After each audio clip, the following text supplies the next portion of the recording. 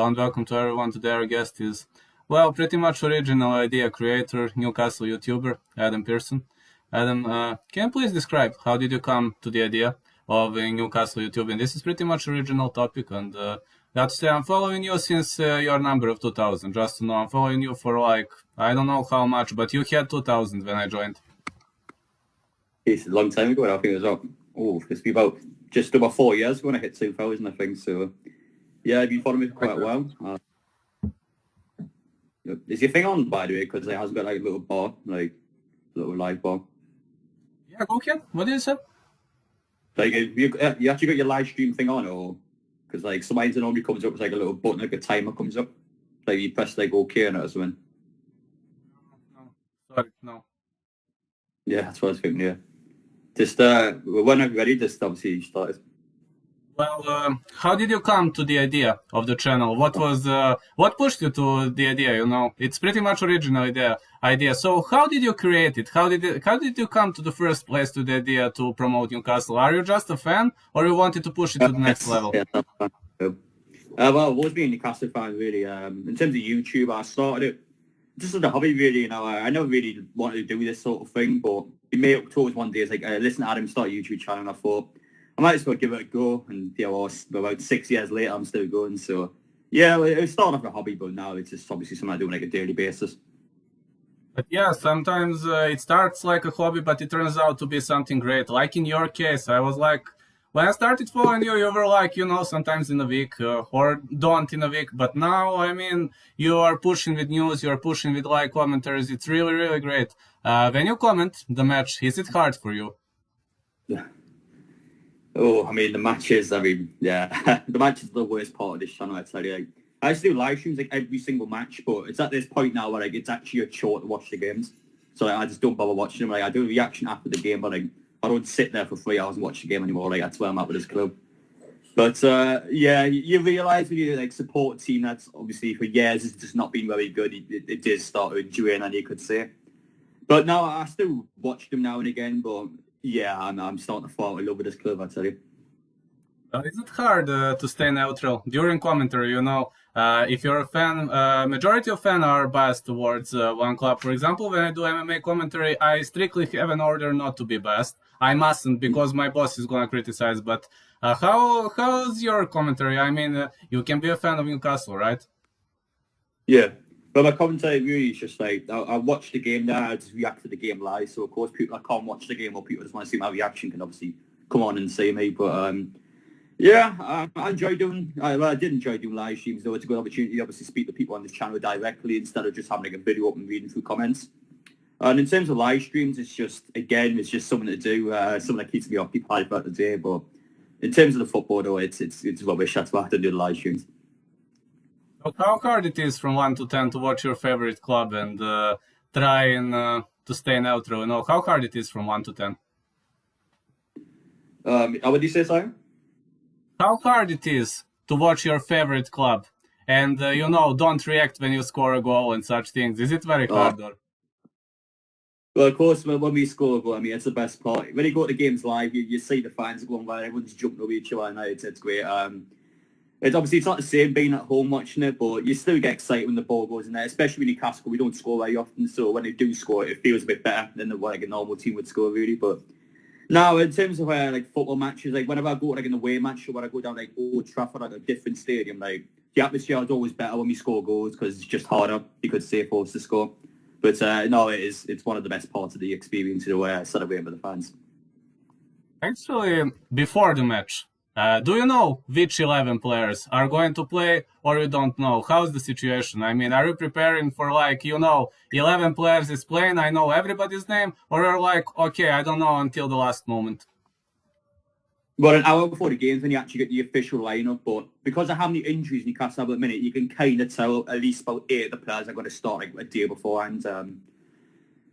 It depends though, because our manager, like, he's not normal. He makes decisions that doesn't make any sense. So in terms of bringing some players into the team, like it just baffles me some of the choices he makes. But in terms of you knowing the lineup before the game, it depends. If you watch a lot of Newcastle, then you will know most of the players. But if you're someone like watches Newcastle now and again, you not know as many. But you'll probably still be able to know about 4 or 5 of the players in the lineup before obviously it gets announced.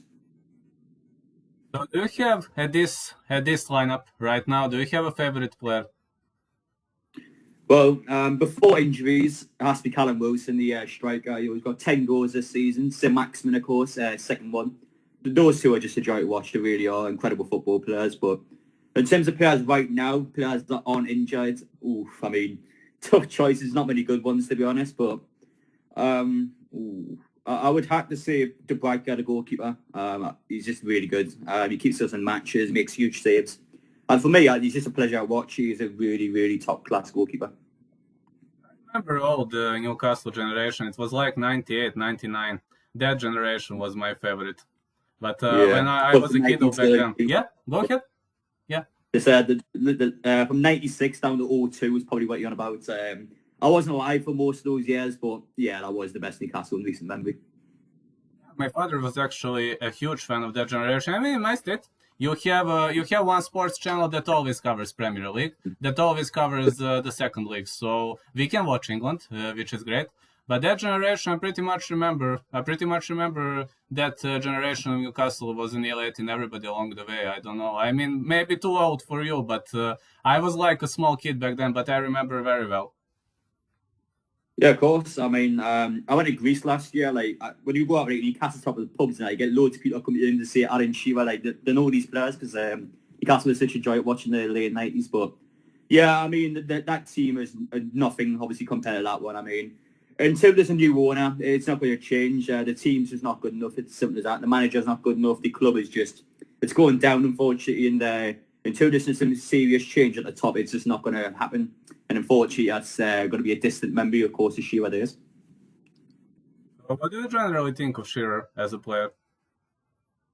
Well, he's incredible. I mean, there's a reason why so many people remember him. He is one of the best strikers that ever played in the Premier League, if not the best.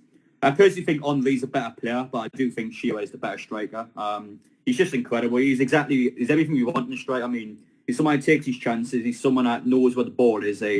He was used to be really quick. People forget how quick he was back in the day. He was very quick. I mean, he's just an incredible player. Of course, for England as well, he did a lot of really good moments for England. But yeah, he's loyal. You know, he didn't pick Man U. He came to Newcastle. He turned down God knows how many trophies to come to Newcastle. And you've got to respect that.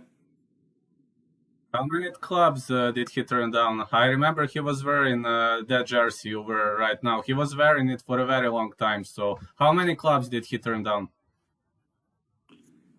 How many clubs? I know he turned down Man United twice. In terms of our clubs, I don't think anyone else offered him apart from Newcastle and Man U because he was so expensive. At the time, he was the most expensive player in football history at the time, £50 million. I mean, at the time, that was like monumental. Like that was a huge amount at the time. I know our club could afford it apart from Man U and Newcastle, so it's always going to be those two. But I can imagine every single team in world football would want him at that moment in time.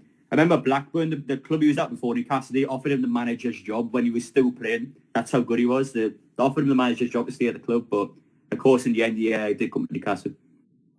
Before the COVID pandemic struck, how many times did you watch first team match like Newcastle Premier League? How many times did you watch it live at the stadium? About 250. So 9 seasons worth, but I went to away matches as well. So yeah, about 250. Every single match? Not every single one. Probably about 90% of them. So I went to all the home games. I went as many away games as I can, but some away games I just couldn't go to. So when it comes to home games, you just purchase a ticket and you are ready to go, like you're sitting in the first lines, or?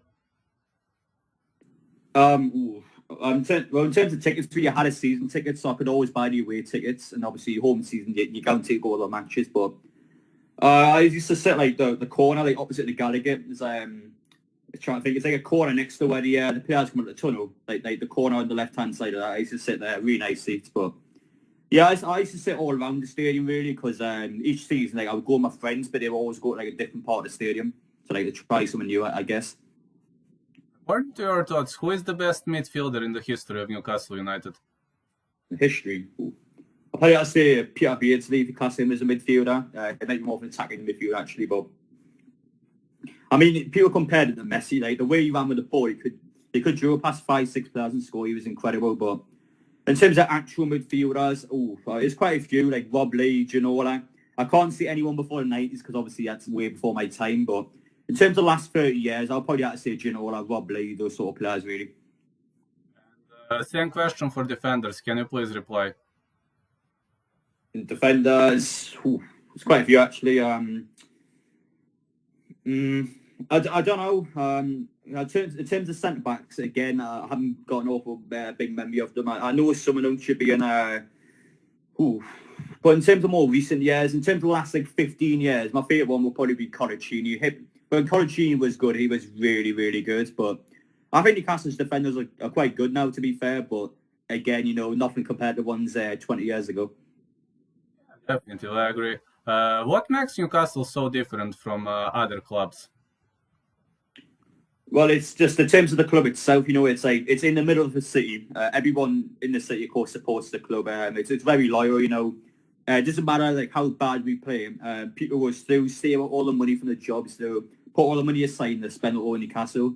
And that's where you don't get that from many of our fan bases. If let's say, for example, Liverpool are really struggling in a season, some of these fans just wouldn't go every single game, whereas Newcastle fans would. In terms of Newcastle, yes, we've been plenty of years without a trophy, but the fans are still dedicated. We're still going up and down the country every single time. And the fans make the club what it is. The players and the manager do not. Right now, how do you see the future of Newcastle at the moment? I mean, of Newcastle Football Club. Well, in terms of this season, I still think Newcastle will stay up. And there's a high chance we could get relegated, but I just don't think we are. I think we will just about stay up. But in terms of the future, we need to get rid of Mike Ashley. I don't care how we do it. He needs to leave the club. And if he doesn't leave the club, it will not go up. It will just go down if he stays. But unless this club is sold, it will not change. It will still be a huge problem. According to your thoughts, which is the greatest problem in Newcastle gameplay this season? Yes, the football is terrible. I imagine if you watch a football, anyone else watches a football, no one likes it. It's boring to watch. It's terrible. There's a reason why not many people watch Newcastle play. It's just not enjoyable. I'm a Newcastle fan. I want to win every single game, but even I'm struggling to watch it. It is awful. And I imagine, obviously, as someone that's a neutral, someone who doesn't support either club, comes on and watch a game of football, you'll not be watching for very long. That's how we play. You hope that you are not going to get relegated this season, right? I don't think we will. There's a high chance we could, especially with Fulham just below us. But I still think Fulham or Brighton will get relegated. I don't think it's going to be Newcastle. I think we will just stay up. How long do you play football? Do you play football for a long period of time, or? Oh, me? I play for college now and again. I'm not a particularly amazing player, but whenever course I can play football, I will do it. In terms of my channel, I did used to make football videos when, of course, I played. So just someone else putting the channel, really. But I only played college football, but I did enjoy playing it, obviously, when I had the chance to. When you were beginning your Newcastle United YouTube career, what were people saying to you? I hope you understand my question. How were people watching at that? How were they looking at that? When I first started, it was just obviously my friends that watched my videos, but eventually, people that I didn't know started watching them. It's the same as now, to be honest with you. You get a lot of good comments, get a lot of bad comments. It's as simple as that, really. I can't change it. It doesn't matter who I am. But yeah, the first time you get bad comments, it does affect you quite a bit. But once you had a couple, really, you get over it. And I know obviously the majority of people do watch my videos, so that's what keeps me going, really. But yeah, when I first started, it was quite a long time ago to remember. But when I walked in town, in Newcastle, for example, I was walking down the street or something, someone ran watching my video come at me. It was a bit weird at first, but you get used to it now. But you do get people that you generally don't know that come up to you and say listen, I watch your videos, can I get a picture of you, stuff like that. It's honestly crazy. So right now you walk down the street and people are yelling you, hey, this comment, right? Or yes, well, it happens. I mean, you just get people who just shout your name, whether I'm in a nightclub or just in a stadium or something, you get people that do it. It's crazy. How do you feel? I mean, all that attention, is it hard or it's acceptable? It's acceptable. It's not a level where you can't walk down the street. I can. Not that many people know me, but it's all right. I don't mind it. But Of course, at times it is a little bit awkward, when you're out with your mates, for example, like maybe it's not the kind of the best time to obviously come up to me, but I personally don't mind, I happily speak to people that watch my videos, but yeah, I imagine in the future, like, maybe it become a problem, but I don't think it will, but I don't mind it personally, but there are times where it could be awkward, if that's what you're trying to say. Right now, what do you plan in the future for your channel? I mean, do you have something specifically that you plan, or you just plan to keep the ball rolling and to see how it goes? I guess keep the ball rolling, see how it goes. I'm going to continue making Newcastle videos, of course, not going to stop that. In terms of other stuff, whenever news comes out in the football world, I tend to react to quite a bit of stuff. It's just something I do, really, But what I talk about, something I will talk about on the channel. Some people enjoy it, some people don't enjoy it. It's just how it is, really. But yeah, in terms of me, I'm just going to keep going and going and going and see what happens. I haven't really got any sort of plans like a year ahead. I'm just kind of just going like day by day. Where do you find inspiration for your videos? Inspiration? I never had any inspiration to begin with. Pretty much, like I said earlier, my mate asked me to make a channel. I thought I might as well. Like, I watch YouTube now and again, but like, it never come in my head that, like, listen, I want to do this someday. That just never happened. Once I started making videos, I never really watched like many Newcastle channels, to be honest. I just do my own thing. In terms of inspiration, I guess just obviously my fan base, I suppose. When people ask me to make certain videos, I will do it sometimes. I guess that's where I get my inspiration from. But in terms of actual YouTubers, like, I don't tend to watch many of them, to be honest. Okay, so I assume you follow Newcastle on social media, you follow the news, or you're just you just wake up, check what's up, and then you start creating ideas. Is it going that way, or it's a different way? Yeah. Like, I get what you mean by that. Like, if I see someone on like Twitter, for example, like, I will make a video off that. So if I see like a news post, and yeah, I guess I can take inspiration from that. But yeah, in terms of my reaction videos, like, whenever I see someone on social media, that's when I react to it. So yeah, I guess I do take inspiration. Actually, I didn't really think about it that way. Outstanding. I mean, the idea is outstanding. I just hope, original channels are not, how to say, drawing much attention in the first place. But for example, in year 2 or 3, this might grow to like 50,000 fan base, and maybe you're gonna become superstar. I don't know. Yeah, we all hope for becoming superstars in this job, right? Is it a hobby now for you, or you plan to do it more seriously? It's still a hobby, I still do it when I want to, but in terms of this, I do make money off it, so I guess you can take it more seriously. But in terms of me, though, I still do it because I enjoy it. It's not like a job to me. Like, this is just still a hobby, but I do get paid for videos, so I guess that's more serious than what I used to be. Do you plan on getting sponsors or something like that? For example, I have one sponsor, but the only request is this: I have to wear the hat of my state, Bulgaria. That's a good sponsor. I wish I had a nice little cap and stick on, but no, I had a couple of sponsors now and again. If I obviously get an opportunity, I will take one. But yeah, in terms of the minute, I haven't got any sponsors, but I've had some in the past. Would you like to add something? Because you said you have 15, 30 minutes. So would you like to add something to the interview, or that could be it?